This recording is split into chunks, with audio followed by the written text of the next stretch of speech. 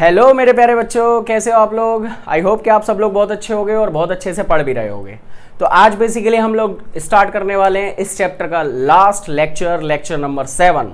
जिसने अभी तक लेक्चर पुराने नहीं देखे हैं जो इस चैप्टर से रिलेटेड है 1 to 6, जिन लोगों ने लेक्चर्स नहीं देखे हैं, ऊपर लिंक आ रहा होगा, आई बटन पे क्लिक करो और वहाँ से पूरी प्लेलिस्ट ओपन हो जाएगी और सारे लेक्चर्स आप वहाँ से देख सकते हो। और फिर इस चैप्टर को आज हम फिनिश करते हैं, कंप्लीट करते हैं। ठीक है मेरे प्यारे बच्चों, तो चलो शुरू करते हैं। आज बेसिकली हमारा जो टॉपिक है आज जो हम लास्ट टॉपिक पढ़ने वाले हैं वो टॉपिक है image formation by convex mirror. Image formation by convex mirror. अब इमेज कॉन्वेक्स मिरर में कैसे फॉर्म होती है, जैसे प्लेन मिरर में हमने देख लिया, कॉनकेव मिरर में भी देख लिया, अब हम कॉन्वेक्स मिरर में देखेंगे। तो कॉन्वेक्स मिरर, तो सबसे पहले इमेज फॉर्मेशन को समझने के लिए रूल समझना जरूरी है। तो चलो रूल्स करते हैं। तो रूल नंबर वन हमारा क्या है, ये रे की प्रिंसिपल एक्सेस और ये हो गया हमारा मिरर। कौन सा मिरर? Convex mirror. अगर कोई ray parallel to principal axis आ रही है वो ऐसे रिफ्लेक्ट करेगी, बट वो अपीयर होगा कि ये फोकस से आ रही है। ठीक है, parallel to principal axis reflect करेगी ऐसे, बट ये लगेगा कि बिहाइंड द मिरर, पीछे से आ रही है कहीं से। ठीक है, सिमिलरली रूल 2 की बात करते हैं। रूल 2 में क्या है, ये लीजिए, ये बन गई प्रिंसिपल एक्सेस और ये बन गया मिरर, ये हो गई पेंटेड साइड। ये यहाँ से अब हमें ध्यान रखना है, पहला केस तो क्या है, पैरेलल टू प्रिंसिपल एक्सेस आ रही है।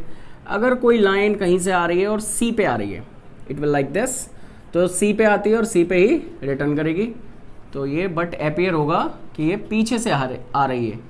जैसे कि आप प्लेन मिरर में हम सामने खड़े होते हैं, तो प्लेन मिरर में जब हम खड़े होते हैं तो हमें ऐसा लगता है प्लेन मिरर के सामने खड़े होके कि हम मिरर के उधर पीछे खड़े हैं। एक्चुअल में तो नहीं खड़े होते, बट वो ऐसा हमें लगता है, उसकी इमेज ऐसी बनती है। सिमिलरली ऐसा इसमें भी लगता है। ठीक है, अब बात करते हैं रूल नंबर 3 की।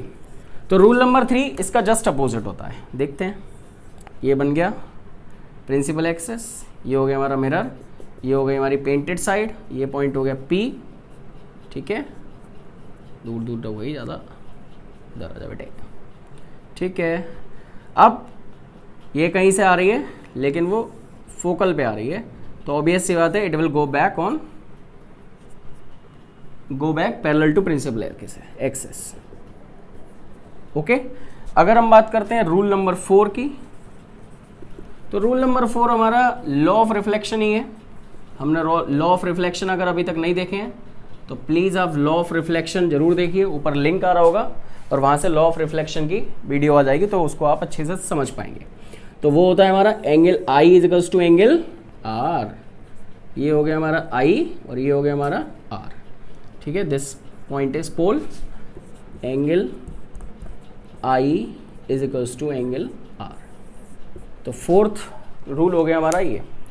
ठीक है, पैरेलल टू प्रिंसिपल एक्सेस अगर आ रही है तो वो फोकस लगेगा हमें कि फोकस से निकल के जा रही है। अगर सी पे आ रही है तो सी पे वापस जाती है। अगर एफ पे आ रही है तो पैरेलल टू प्रिंसिपल एक्सेस जाएगी और angle I is equals to angle R। फटाफट से आप इसको बना लीजिए, फिर हम शुरू करते हैं इमेज फॉर्मेशन। तो इमेज फॉर्मेशन की अगर बात करें तो देयर आर ओनली 2 केसेस। तो केस 1 को समझते हैं। केस 1 क्या है? तो case 1, when object at finite distance। Basically there are only 2 cases, एक तो फाइनाइट डिस्टेंस पे ऑब्जेक्ट और दूसरा इनफाइनाइट पे, जिसको हम अभी करेंगे। पहले अभी फाइनाइट के लिए देखते हैं।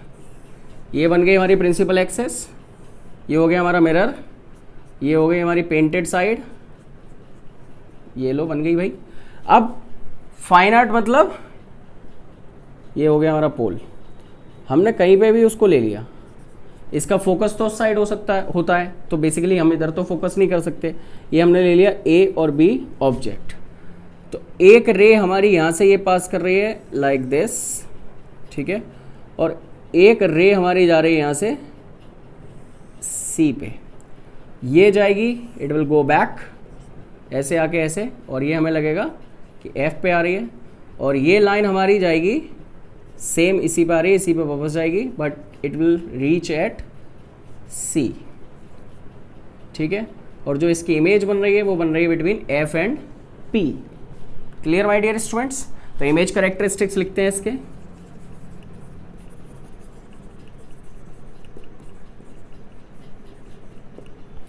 First condition position of image, तो पोजीशन कहाँ है? Behind the mirror, behind the mirror at between P and F।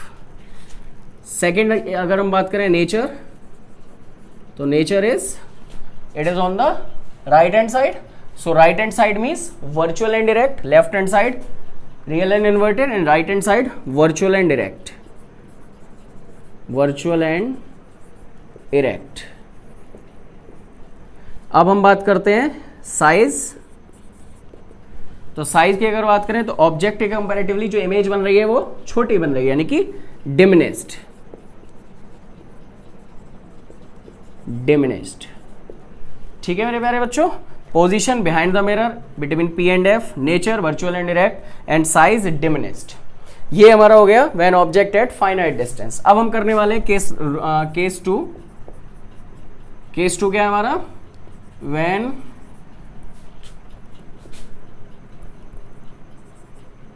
Object at infinity. अब ऑब्जेक्ट कहाँ है हमें नहीं पता, इन्फिनिटी बहुत दूर जाके कहीं। देखते हैं भाई, इसको भी कर लेते हैं। चलिए, ये बन गया हमारा मिरर, ये हो गई रे, ये मिरर हो गया, और ये पेंटेड साइड हो गई। तो यहाँ से इन्फिनिटी से कहीं से लाइन आ रही है, रे आ रही है लाइक दिस, एंड और ये यहाँ मीटिंग पॉइंट हो रहा है। तो यहाँ लिख देते हैं ऑब्जेक्ट एट इन्फिनिटी, ठीक है। ये रे ऐसे आई, ये ऐसे आई, ये वापस चली गई, ये यहाँ से वापस गई, और ये हमारी इमेज बन गई एफ पे, और ये पॉइंट हो गया हमारा ए डैश और बी डैश, ए डैश बी डैश इमेज हो गई और एफ पॉइंट पे, ठीक है। तो यहाँ पे अगर हम देखें, और ये हमारा पी पॉइंट, अगर यहाँ हम देखें तो इमेज कैरेक्टरिस्टिक्स इसकी क्या रहने वाली है? सबसे पहले पोजीशन देख लेते हैं। Position behind the mirror, behind the mirror eight F, ठीक है। सेकंड अगर हम बात करते हैं नेचर, तो यार इसमें देखें बच्चे पार्टी, तो इसमें भी लेफ्ट राइट हैंड साइड है, राइट हैंड साइड का मतलब वर्चुअल एंड इरेक्ट रहेगा, तो वर्चुअल एंड इरेक्ट। अब इसके बाद बात करते हैं साइज की, तो साइज इसका कैसा है? हाईली डिमिनिश्ड, ऑब्जेक्ट के कंपैरेटिवली बहुत छोटा है, हाईली डिमिनिश्ड, ठीक है। तो basically there are only two cases, और हमने दोनों केसेस को कर लिया है, और दोनों केसेस में पोजीशन बिहाइंड द मिरर, इसमें भी बिहाइंड द मिरर है, यहाँ बिटवीन P एंड F और उधर एट F, और यहाँ वर्चुअल एंड डायरेक्ट, ये भी वर्चुअल एंड डायरेक्ट, डिमिनिश्ड और ये हाईली डिमिनिश्ड। तो कैरेक्टरिस्टिक देखें तो लगभग सेम है इनके, और इमेज फॉर्मेशन हमने यहाँ देख रखा है। तो इसका फटाफट से एक बार आप स्क्रीनशॉट ले लीजिए, फिर हम आगे समझते हैं। इसके बाद अगर हम बात करें यूजेस, कॉन्वेक्स मिरर को हम लोग कहाँ कहाँ यूज करते हैं? तो कॉन्वेक्स मिरर की अगर हम बात करें तो कॉन्वेक्स मिरर को हम यूज करते हैं किसमें? As rear view mirror. Rear view mirror कौन सा होता है? जो आपकी गाड़ी, आपने देखा होगा बाइक में या फिर कार में, पीछे जो देखने के लिए मिरर लगे होते हैं वो कॉन्वेक्स मिरर ही होते हैं। तो बेसिकली वो कॉन्वेक्स मिरर होते हैं, और पीछे देखने के लिए जो मिरर यूज होते हैं उनको रियर व्यू मिरर बोलते हैं। या फिर हम बात करें shop security mirror. Shop security mirror मतलब ये बेसिकली पहले यूज होते थे, अब तो नहीं होते।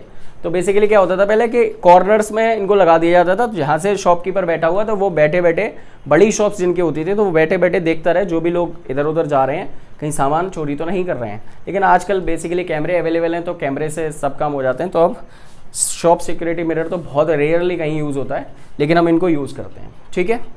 अब हम लोग शुरू करने वाले हैं इसके बाद न्यूमेरिकल को। तो हम देखते हैं न्यूमेरिकल को। एन ऑब्जेक्ट 5 सेंटीमीटर हाई, ठीक है, N object 5 centimetre high is placed at a distance of 10 centimetre. जो हमें मिलता चल रहा है पहले हम लिखते चलते हैं। सॉल्यूशन,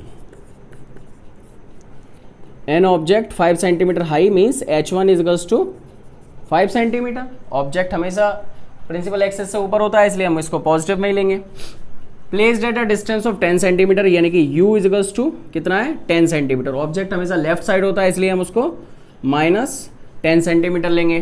फ्रॉम कॉन्वेक्स मिरर, ये बात ध्यान रखनी है बच्चों, कॉन्वेक्स मिरर, कॉन्वेक्स मिरर के लिए हमें करना है। Of radius of curvature 30 centimetre means r is equals to 30 centimetre. अब ये 30 सेंटीमीटर पॉजिटिव ले या नेगेटिव, तो उसको समझने के लिए क्या है, ये होता है हमारा कॉन्वेक्स मिरर। अब इसका सर्कल किधर कंप्लीट हो रहा है, सर्कल हो रहा है इधर कंप्लीट, यानी कि इसकी जो रेडियस ऑफ कर्वेचर होगी वो किस साइड होगी, राइट साइड में, इधर होगी। अब अगर राइट साइड में होगी तो ये वैल्यू हमारी पॉजिटिव रहेगी, हम माइनस नहीं लगाने वाले। Find the nature, position and size. तो नेचर बताना है, पोजीशन यानी कि v बताना है, और साइज बताना है यानी कि h2 बताना है। बट v तो बता देंगे, v u, मिरर फॉर्मूला हमारा क्या होता है 1/f is equals to 1/v plus 1/u। हमारे पास u है, f नहीं है, f नहीं है, क्या करें, तो हमारे पास r है, r है, तो हम पहले रिलेशन हमने किया था बिटवीन f एंड r, तो उस रिलेशन को हम लोग यूज करेंगे। अगर उस रिलेशन को यूज करते हैं तो f इज टू निकल के आएगा r/2 होता है, ठीक है, तो f इज टू r/2। ये जो लोग साथ में पढ़ते चल रहे हैं तो वो बेसिकली देख रहे होंगे, ये रिलेशन हम पहले से कर रखा है, और अगर नहीं पढ़ा है तो बेसिकली प्लेलिस्ट अवेलेबल है चैनल पे, वहाँ से आप देख सकते हो। तो r/2, तो r की वैल्यू हमारी है 30/2, कैंसिल करेंगे तो हो जाएगा 15 सेंटीमीटर, ठीक है। अब हमें मिल गया f। अब हमें क्या कैलकुलेट करना है, v निकालना है। तो फॉर्मूला क्या होता है 1/f is equals to 1/v plus 1/u। Value put करते हैं, तो 1/15 1/v हमें निकालना है प्लस 1/u, u की वैल्यू -10, ठीक है। अब इसको 1/-10 को इधर भेजेंगे तो ये प्लस हो जाएगा, और तो it will be 1/v is equals to 1/15 plus 1/10। LCM will be 30, 15 and 10, 2 जा प्लस 3 जा, तो ये हो जाएगा हमारा 1/v इज इक्वल्स टू हो गया 5/30। तो इसको कैंसिल करेंगे तो 1/6, तो v इज इक्वल्स टू हो गया हमारा 6 सेंटीमीटर, ठीक है। इमेज डिस्टेंस हमारी कितनी आ गई, 6 सेंटीमीटर। अब हमारा ये तो आंसर हो गया। अब हमें निकालना है h2। तो h2 निकालने के लिए हमारा एक रिलेशन है, m is equals to, formula पढ़ा था हमने मैग्निफिकेशन का, m is equals to h2/h1, और दूसरा था m is equals to -v/u। तो इसको अगर हम दोनों को कंबाइन कर देते हैं तो फॉर्मूला हमारा बन जाता है h2/h1 is equals to -v/u, ठीक है। इस फॉर्मूले को हम यहाँ यूज़ कर रहे हैं, m is equals to h2/h1 और m is equals to -v/u। इन दोनों फॉर्मूले को मिला के हमने ये बना दिया। अब इसको हम डायरेक्ट पुट करते हैं वैल्यू। तो हमारे पास में h2 की वैल्यू है, h2 की वैल्यू तो निकाल ली, हमें पता ही नहीं है। h1 की वैल्यू कितनी है हमारी, h2/5 is equals to v की वैल्यू 6 -6 एंड u की वैल्यू -10, तो -10, minus minus cancel, cross multiplication will takes place.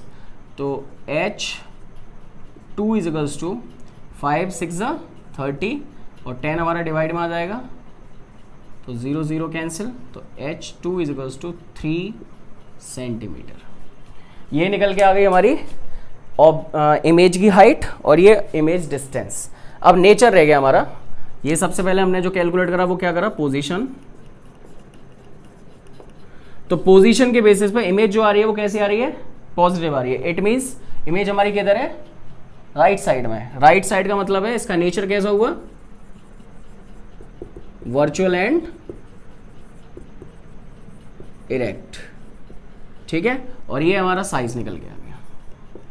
So we have done this. I hope कि आपको ये लेक्चर समझ आया होगा और पूरा चैप्टर ही अच्छे से समझ आया होगा। तो आप कंटिन्यू पढ़ते रहिए और सपोर्ट करते रहिए। अब मिलते हैं नए चैप्टर के साथ में, जो कि हमारा होने वाला है क्लास 10th के लिए रिफ्रैक्शन ऑफ लाइट। तो बेसिकली हम रिफ्रैक्शन ऑफ लाइट अब हम शुरू करेंगे। उससे पहले जिन लोगों ने अभी तक, जो लोग आप नए आए हुए हैं, प्लीज़ चैनल को सब्सक्राइब करें, लाइक करें, कमेंट करें और खूब सारा शेयर करें अपने फ्रेंड्स के साथ में, अपने क्लासमेट्स के साथ, जिससे कि वो लोग भी पढ़ सकें। सो अब मिलते हैं नेक्स्ट लेक्चर में नए चैप्टर के साथ। टिल दैट खूब सारा पढ़िए, खूब सारा खाइए, खूब सारा खेलिए और मज़े करिए।